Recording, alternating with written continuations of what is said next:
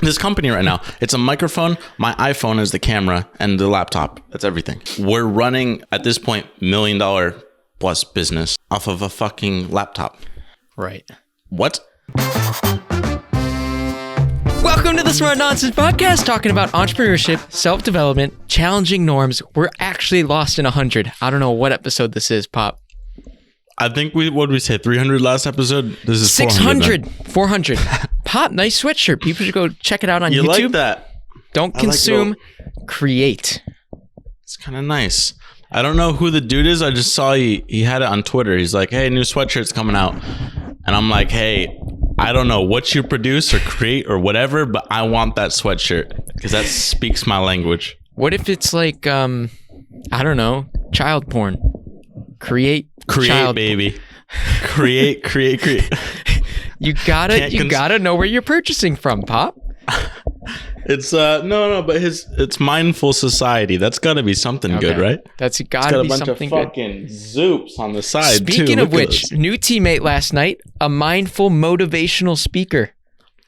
Paul. Paul. Hi, I'm Paul. Hi, I'm Paul. Run the Jimmy Neutron theme or outro. Hey, look. We'll talk about before something eventually. Don't worry. Don't run. Get back here.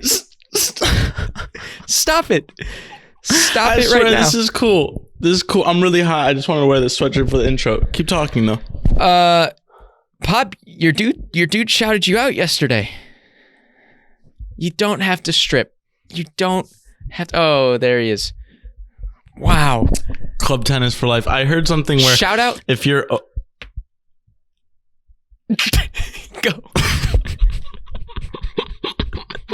Take the stage, Pop. Yeah, keep talking over me. If you're over 25 and you're still wearing anything college related, you got to grow the fuck up. But we're not there yet. We got another year. Maybe 6 2 months. years, depending on how you do the math. 6 months. How are you doing math? Well, over 25. Does that mean 26? Then I got a year and a half. You can't That's when the keep me away. insurance runs out. Let's say 26. That's true. They correlate. It's like once insurance runs out, you're a full-blown adult. Then you gotta stop wearing merch. Okay, here's the thing, right? For those of you, the thing is, you got the shout out of the lifetime yesterday. Is that the thing? There's preamble. You just get right in. You're like, quit teasing them, quit stringing them along. You see what what happens. happens.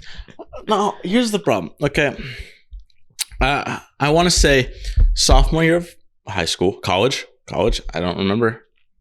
College. Okay, sophomore year of college. Everyone's like talking about, coming into next year, everyone's worried about internships because beginning junior year, that's when you're like, if you're going into investment banking, finance, shit's fucking ramping up in August. So everyone's stressing. And I'm like on this life plan of, I'm going to be an investment banker for 2 years. Then I'm going to go to Harvard Business School. And then I'm going to try and get into... You would go to business school. I would go to business school. I'm at business school right now. Then I would ideally try to work at a hedge fund and then become a manager at a hedge fund. And I'm like, that sounds dope. I read through all of the Buffett shareholder letters, or at least the top 20. I know you got like actually all of them. And then I read like a shitload of other finance books because I was just deep in it. And I fucking tweaked. I don't know where the 4-hour work week came up on my radar, but it just slid across the table. I picked it up. Fucking change. It's like one of those paradigm shift fucking like, there's some weird word. Zeitgeist. That sounds like a word. Something where everything shifted. Pop.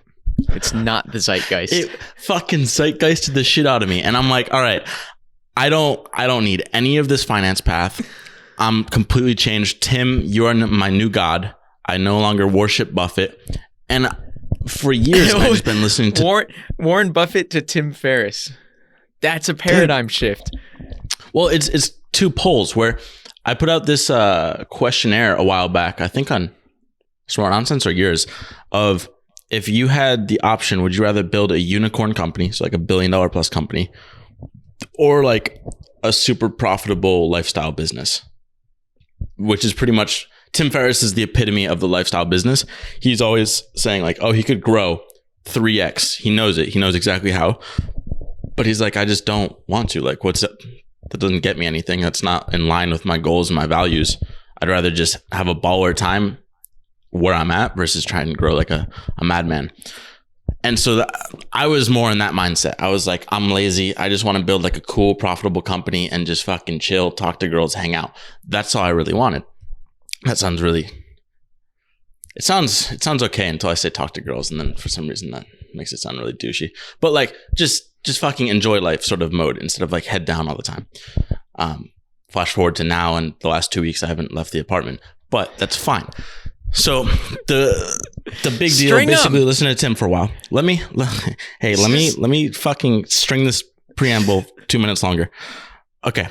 Tim Ferris, he has his podcast, and actually I first heard Naval on Joe Rogan, but then I saw he was on Tim Ferris too.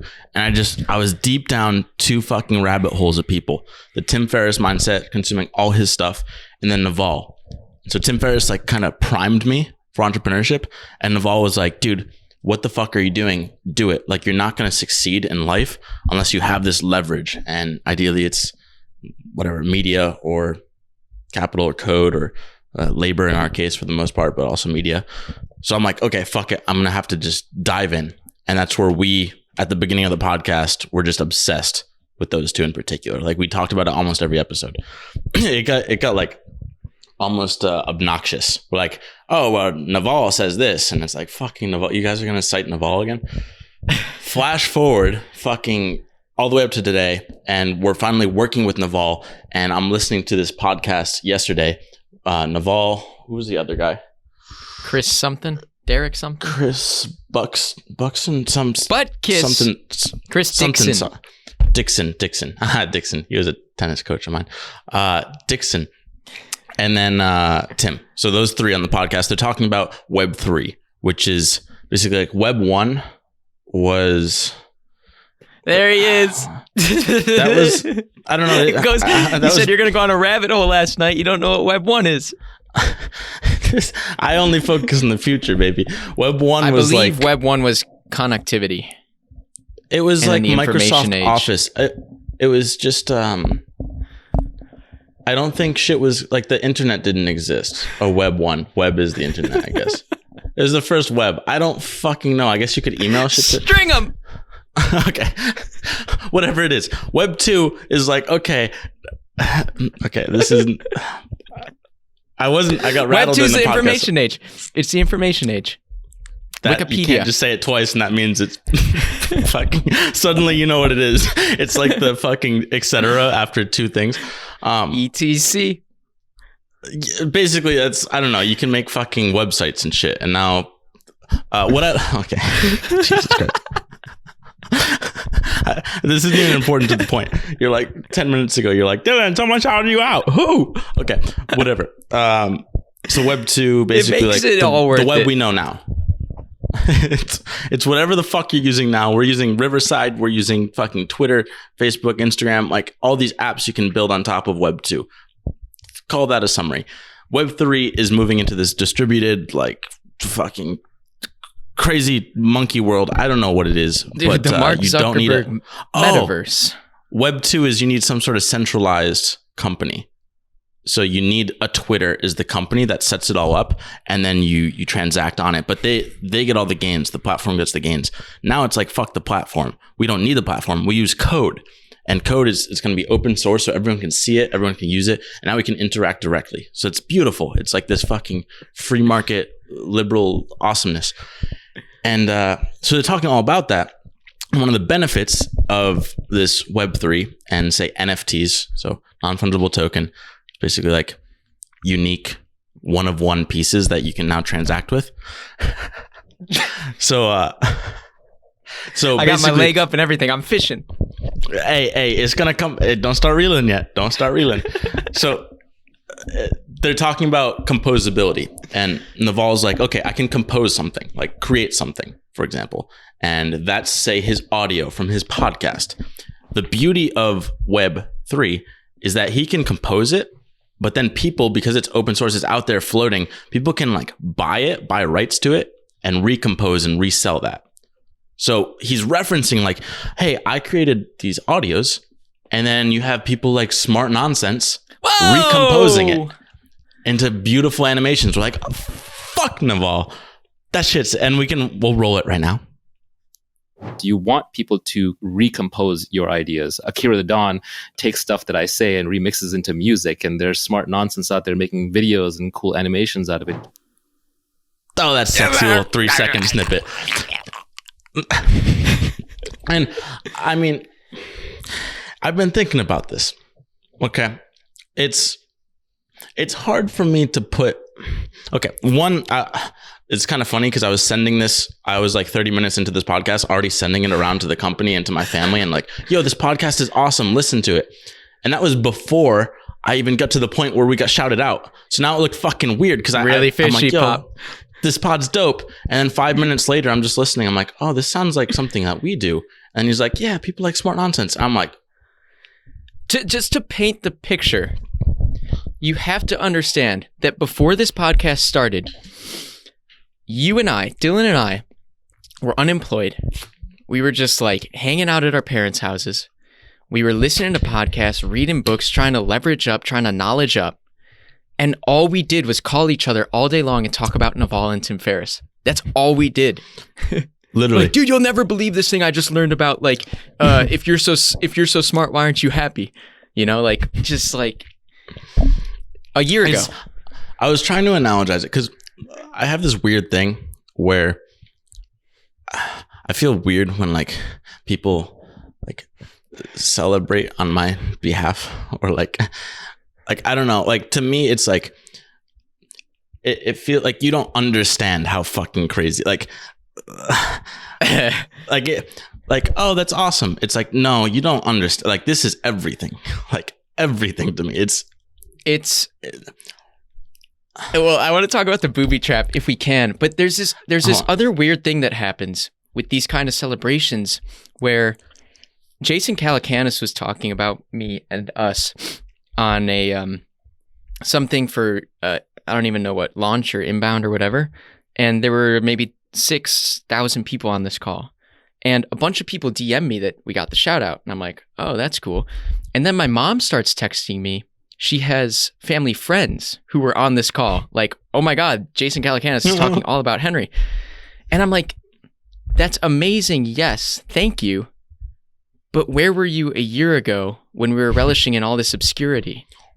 Right. Just like head down. Like, that's where it's like, I don't care that you're proud of us now. I know. It's a really weird feeling. I'm like, I feel really like weird. A dick, but I'm like, I just want to celebrate with Henry. Like that's it. Like, and I was in a movie, Wes Anderson movie, by the way, fantastic, The French Dispatch. Okay, so Pop, wait, happens. Naval, they ain't no transition yet. I know we're gonna go to the Easter egg. Let me give me a second, because it. Like, don't for cry. Example, Pop, don't cry. I didn't know what to feel yesterday, but I was it's like, I'll tell my mom. I told my mom the other day, I'm like, yeah, we're working with Will Smith. And to her, that's like, oh my God, movie star, like you fucking made it. But to me, I'm like, that's a lot less exciting than this little shout out. Like, right. It's kind of, and no one will understand that. No one will understand. No, so we're sitting around really quick. Like, yeah, okay. Because the same thing, we're sitting around the fire the other night with my old piano teacher, me, my dad, my piano teacher, and his son. And my dad's like, I'm going to break Henry's NDA right now. And, you know, he wouldn't want me to talk about this, but they're working with Will Smith. And I was just sitting there like, yeah, I wouldn't have brought it. Like, you're completely right. It's just this, Pop. I lost your video. You don't need it. You don't need it. And that was my point, ending on this. Yeah, it's one of those, like, what's at least good with us is people see us, so they're like, oh, they recognize that we're doing something. Whereas people like Redis, for example, they could be building something amazing, and people in Web3 are probably building the most amazing things, but no one can understand it, so no one can appreciate it. Like even some of our clients in Web3 world, we don't really understand what they're doing. Like Shane Mack, he's probably changing the world. And we really have no idea. We're just like nodding. you seem like a fucking fun guy. Like I feel like that with our parents. And so I get that no one can really understand like what this means, but I'm trying to like analogize it in my head. And I was thinking of The Last Dance. I don't know if you watched that, but I didn't. They had Jordan and Kobe. Like Kobe had watched Michael Jordan growing up. Like everyone idolized Jordan, and Kobe finally makes it up. He's the young blood. Jordan's the old guy, and they're like facing off head to head. And it's this like amazing feeling. And it's not quite like we're there. Like we're not on the podcast with them, so it's not quite the same level. But it's as if you're watching that. They come head to head, and the first thing they say is like, "Yo, how about that smart nonsense edit though?" It's like, it's just fucking like one of the, like you're the biggest basketball fan in the world, and like the two greatest players ever come up and they start talking about you, and it's like, oh my god. And our name is smart. Like despite everything, our name is Smart Nonsense. All we do is goof off. We just have fun. Everything's a game. The company's funky. Like I know. And you're on that stage, right? It's just like what's real? That's what I texted you. I'm like, dude. If there's no other proof that the universe isn't real, where you can, I've been brainwashed. This is a fucking cult. It's like, Jesus just shouted us out. And it's like, how do you explain that to someone? My mom's just like, oh, that's awesome. And I'm like, no, you don't understand. Like, it's just a really weird feeling. But hopefully one day we'll be on the podcast with them. And then you booby trap like, yourself, wow. Pop. Okay. Hey, great transition. I'm glad you're on top of that, Gardaloo. So I don't know what my original intent was. No, my intent was like, this is a really good. I'll tell you what your intent was, because it's me 90% of the day. I get really excited. Maybe I'm loopy on caffeine or from lack of sleep, and I do things. I don't always think through all the way. But I just, I feel like I can correct that path faster. I saw the timestamp, 1 a.m. I know no good booby trap is set at 1 a.m. The problem is I didn't run the game theory on it. It was just me in my bed. And I'm like, this is interesting. I think my initial thought was like, okay, this is actually a cool podcast. This is relevant, because it made me think like, oh, we're probably working with a lot of cool people we should care more about. Like we've just kind of ignored OnChain for the most part, like a lot of our clients, just because we're super busy, but they're probably doing important things. So I'm like, hey, this podcast was really cool. You and I ignore them at like the executive level. They are not neglected clients. Right. Yeah. Important for future clients to operations. Hear. Right. They're crushing it. Their edits are Come sick. to Smart Nonsense. We will not neglect you as a company. Dude, how funny is it though when people are like referencing like, oh, did you do these edits? And we have no idea. We're like, probably. If it looks good, it's probably us. But basically, I wanted to reach back out and I'm like, hey, this podcast is awesome. And by the way, there's a little Easter egg in there. And I put a little egg emoji. So understand, we never talk to this client. Never. Other than strategy once a month. And Dylan says, here's this it's a crypto company. You say, here's this Web3 thing. And by the way, in a parenthetical, there's an Easter egg in there. 1 a.m. So to them, my problem, I realize I got zero empathy apparently, because if I put myself in their shoes, they're like, Easter egg, he's sending it to us. That means there's probably a shout out for us because we're an NFT company in Web3. That's fucking incredible news for our company. Expectations really high. Really high expectations. So it's like a 3-hour podcast. So I don't know if you listen to it at all, but this main guy, Will, he's like, oh, awesome. Can you like point me to the Easter egg? This morning. Right. What's the timestamp? Right. He asked for the timestamp. And I'm like, First thing I wake up to. I'm like, this is really sticky. Hey, let me hit you with one. I have stopped. You gotta get rid of the dopamine in the morning. I don't go on my phone first thing, and I don't go in Slack first thing anymore, because that used to be the dopamine fix. Yeah, I've been thinking about this a lot, because I do wake up and I'm like, fucking, I'm a junkie, dude. I'm a straight junkie. I'm like, where's my phone? I want to see Dylan's brain blast. Where's my phone? I know I think though the only reason why it's this bad is because we're the ones involved in the posting of social media and a lot of this approval process.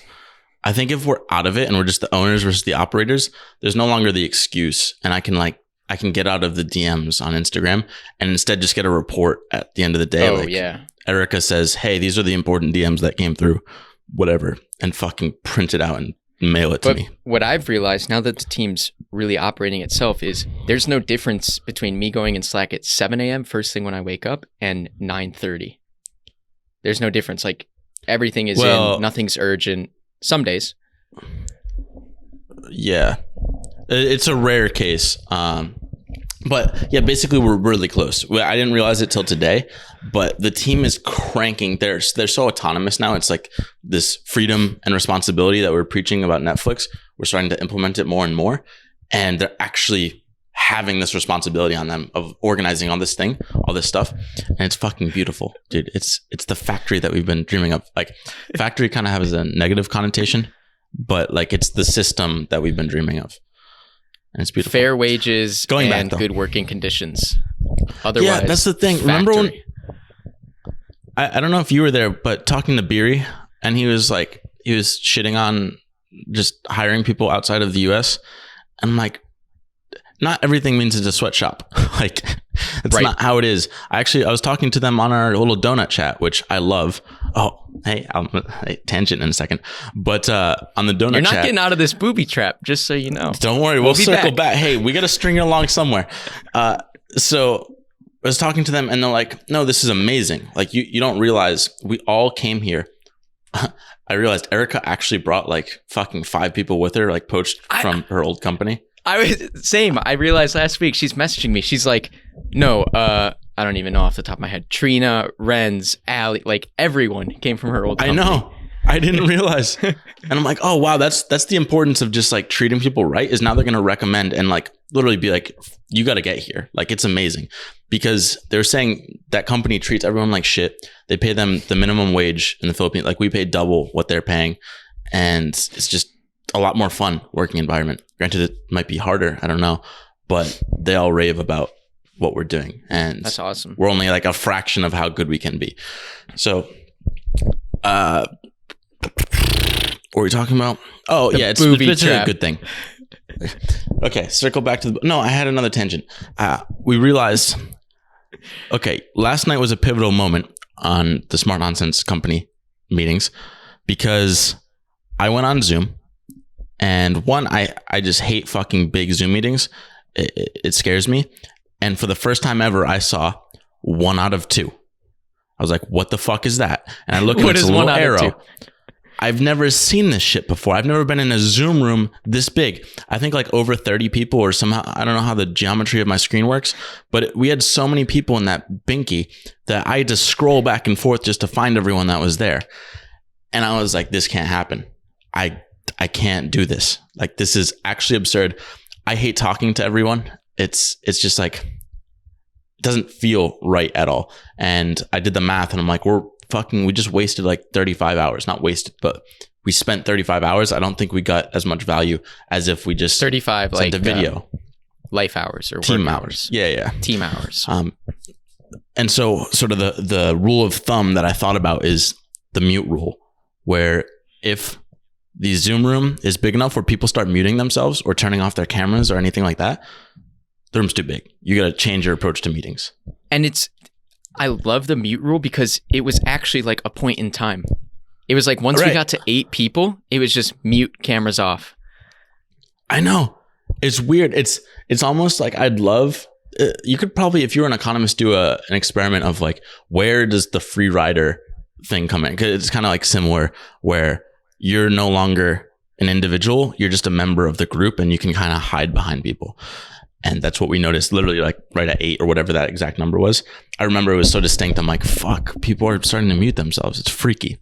Yeah. So there have been a couple pivotal moments. There was the mute. Then there was like another one when we were like 16 people and I was like, what the fuck? And this was like the next stage of the scroll. That was when, so on Thursday, Fridays, we have our game day. Yeah, we had to break it up. And then there was a point at which we couldn't get everyone into the game lobby because it maxed out at 12 people. That was like another break.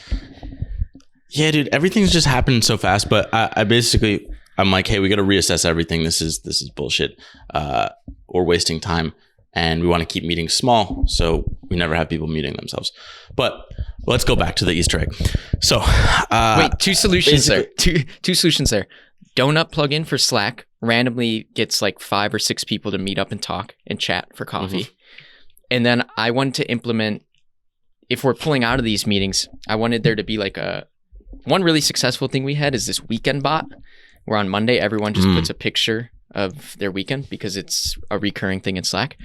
Now I hope that you and I will have the company questions, both with a Q, Quumpany questions, where on Friday, anyone can put a question in that bot, and then they'll have some idea of what we're doing and working on. Come on, Bob, you got to see it spelled out. Company questions. Smart nonsense, dude. No, but I actually like these. I think there are a lot of things that we do or things that we're figuring out that we don't really talk about very often. And that's one of them, like what worked really well. Instead of having the Monday meetings where we talk about the weekend and everyone's kind of like mute, unmute, and it's really inefficient, just fucking send your photos or videos or whatever you have into the fun chat. And then everyone can see and scroll through really quick and comment. And it's actually more engaging than trying to discuss it. Dude, I also think, so one thing, like we're trying to amend a lot of our culture. On the note of feedback, maybe there's not enough pushback, but like there's something about a remote company where like, I feel like because it's all on the internet, there isn't this like boiling up of tensions and like moods and egos and personalities.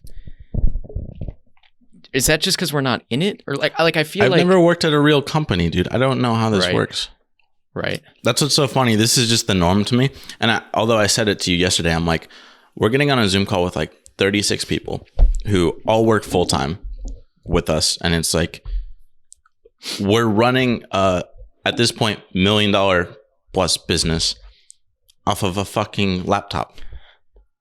Right. What?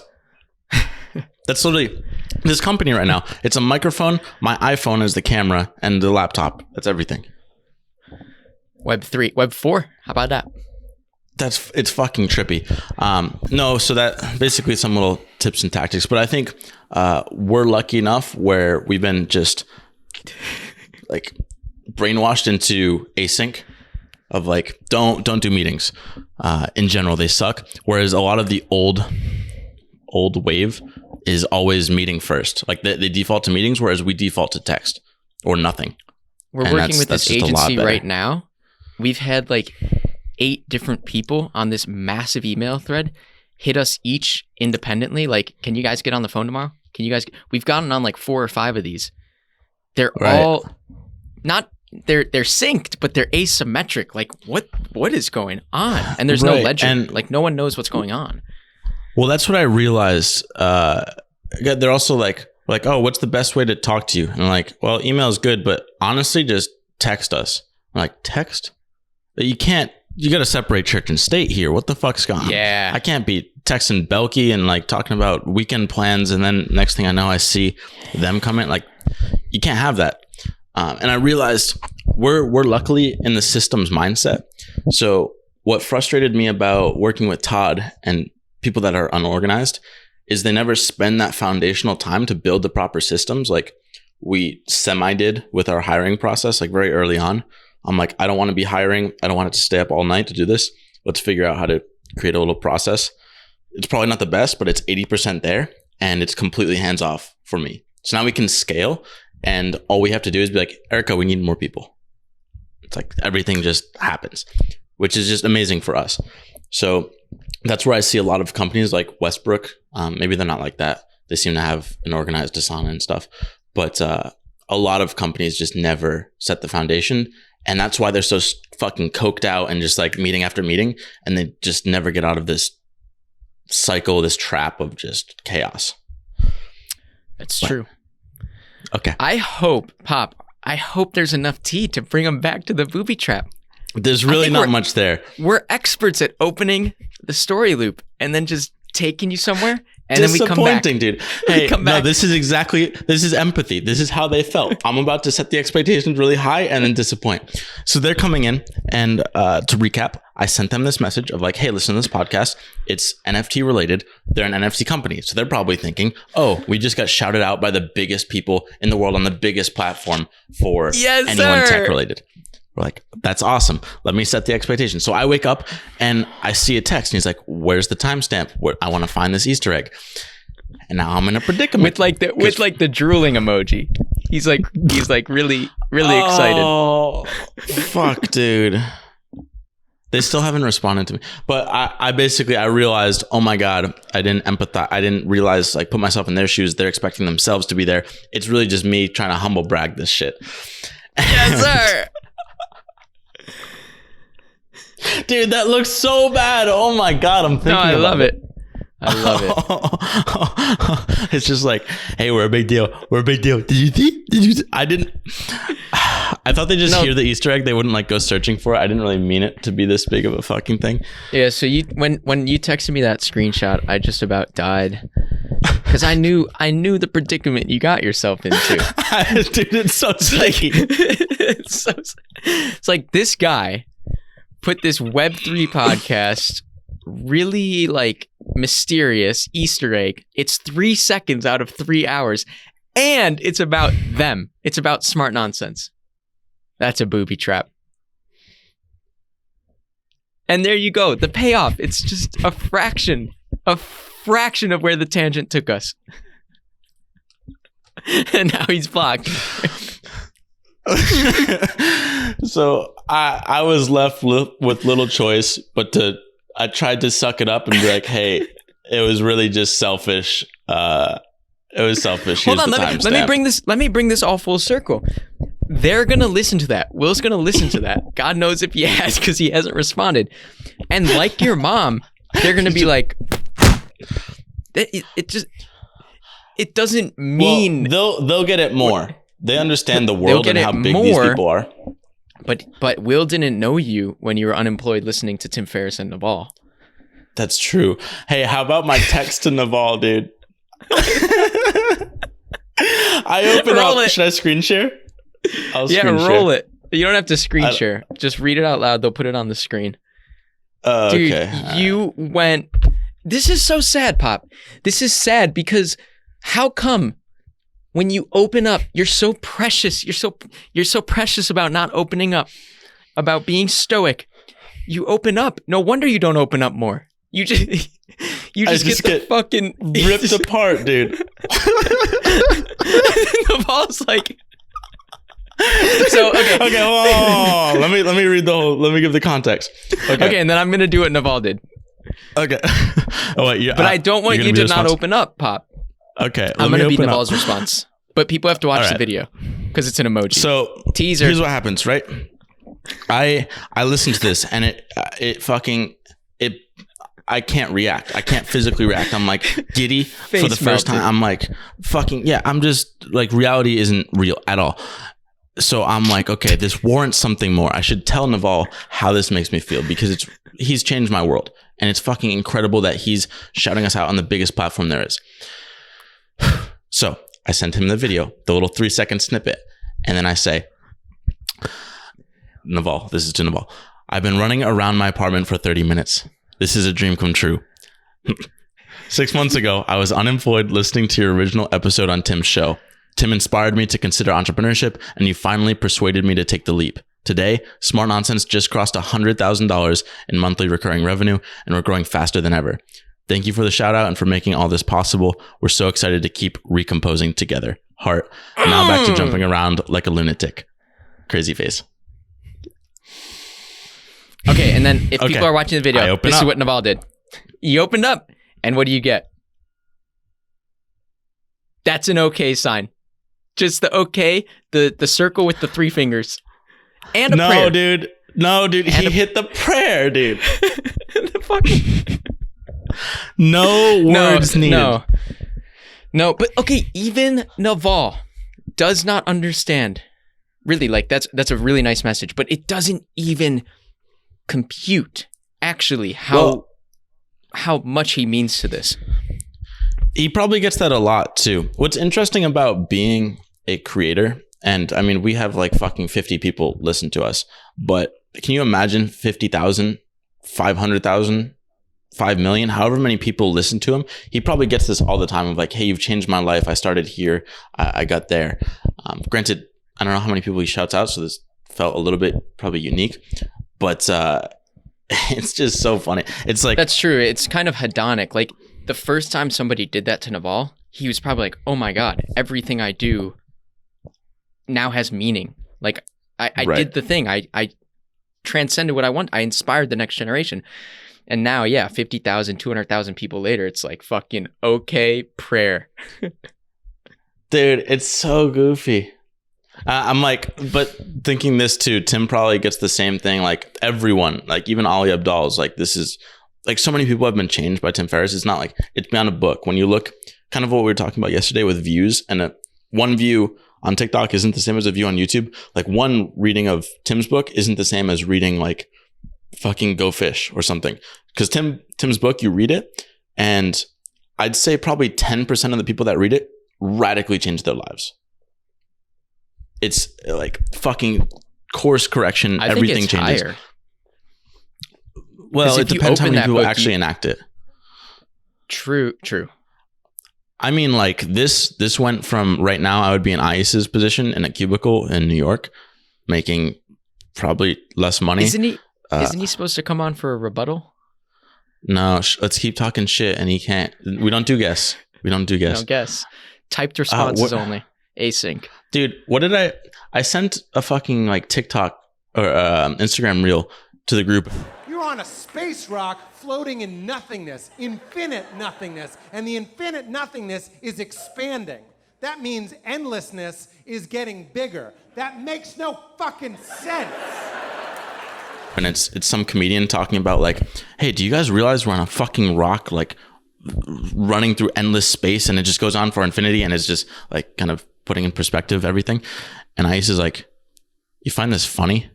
I'm like, dude, he's the most simple-minded guy ever. Like, I feel like he just ignores all this stuff and just lives like literally second to second, which is kind of you guys are so different.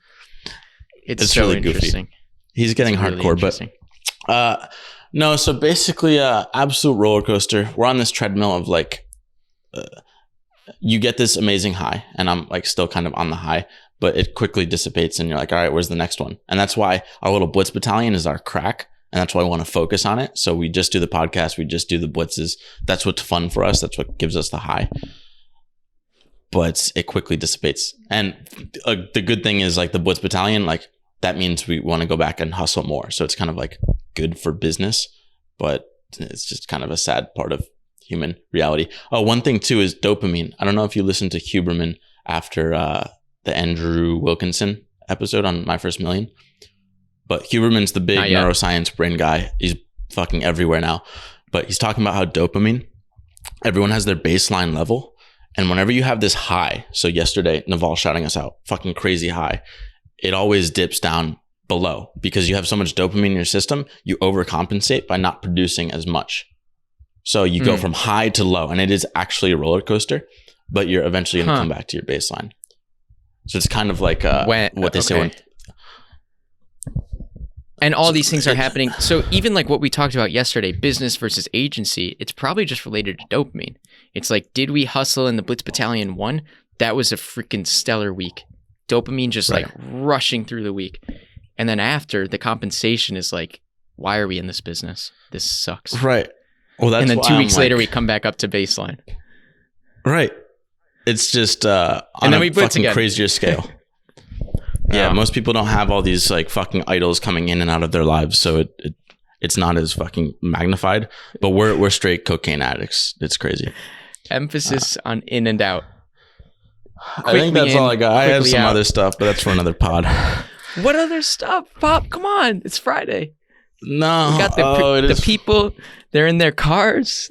They're listening. No. Okay. I'll mention this quick. It's like, how do we get to the point where Naval is shouting us out? Like, how do we get there from scratch? Oh, and how do we get there from scratch?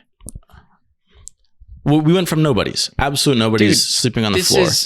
Oh yeah. Well, To our it's idols. 120 podcasts, freaking But- 35 books. Take the 80-20 of it though. Where, like, what is the most direct route? Like the podcast, Naval didn't shout us out because of our podcast. That's essentially, I mean, it's not a waste. Like everything's kind of tied together, but that's not the most direct link. The most direct link that I saw is the thing I mentioned yesterday. It's the flywheel versus the Diewheel. And before, when I first got into video editing, we were working with Todd.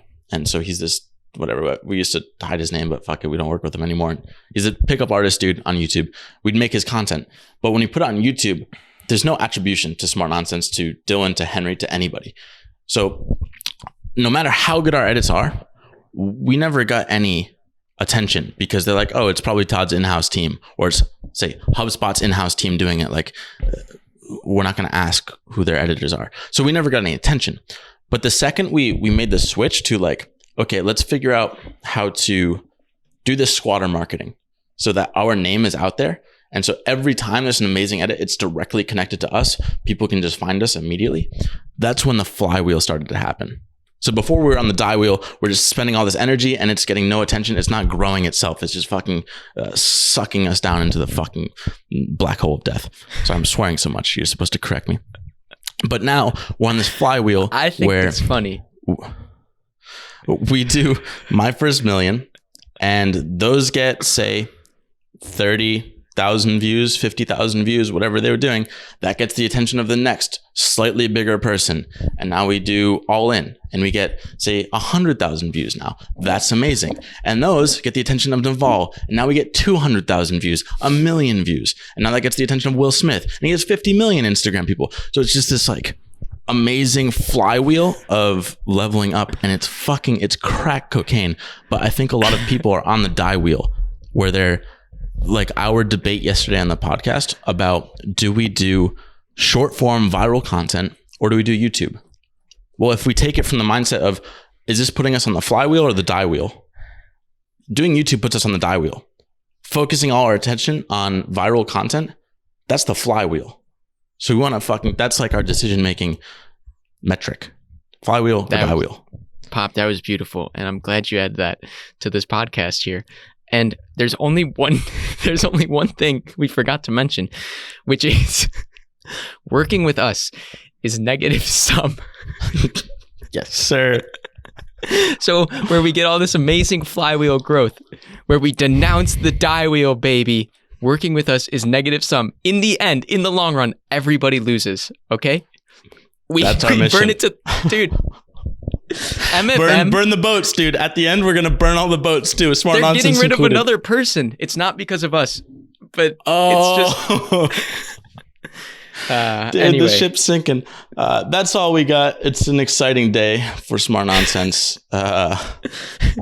Easter It egg. is. How about that? We're making org charts in Flowchart in Lucid Spark. Yeah. And it's Next fake. step, be It's all owners. made up. One of our teams is a freaking lifeboat dinghy that Captain Phillips was taken hostage in. Let me share That's it a really quick. team. It's kind of funny. Yeah, just share it. That's This one of our is teams. this is how we run our company. Look at this. The JPEGs. The JPEGs. They're not even That's PNGs. They have a business background. 101. You're right, right. These It don't is- even fuck them. It's so you can't. That's the thing. Is that something you learned in school? You studied this. No, if they can't teach that, they would be fired. Can't. The dinghy. But that's the key. I was trying to tell Slick Rick, my dad. He called me. We were talking, and he listened to the podcast. Remember when he texted me? He's like, "I'm just gonna be the old crazy man on Twitter," and he had this big thing about like he's into the shit and down with the stuff or whatever it was. He's like, "You guys took me seriously. Like I was joking. I'm not actually gonna do that." And why would we not take I'm that like- seriously? well, that's what I was like. I'm like, well, we didn't really take it super seriously. Like we knew you were joking, but also we did because Henry actually is that crazy guy on Twitter. Like I don't think That'd you be realize. hilarious. And that's where like he doesn't have all the context. He didn't see like sexy little Bible verse and like the bomb and the fucking like you just cracked out like Sax's phone number on the internet for Bitcoin. Like he doesn't see this whole journey. So he just doesn't appreciate it. And it's kind of sad to me. Like luckily you're here because you're like the only one that experiences every single thing for the most part. But no one else will understand. It's kind of sad. This is so crazy. You know who will? Leah. Leah's heard every single word on this podcast. Did she block me? She's listening. She'll probably message you right after she hears the shout out. All right, folks. That was nice. Guadeloupe.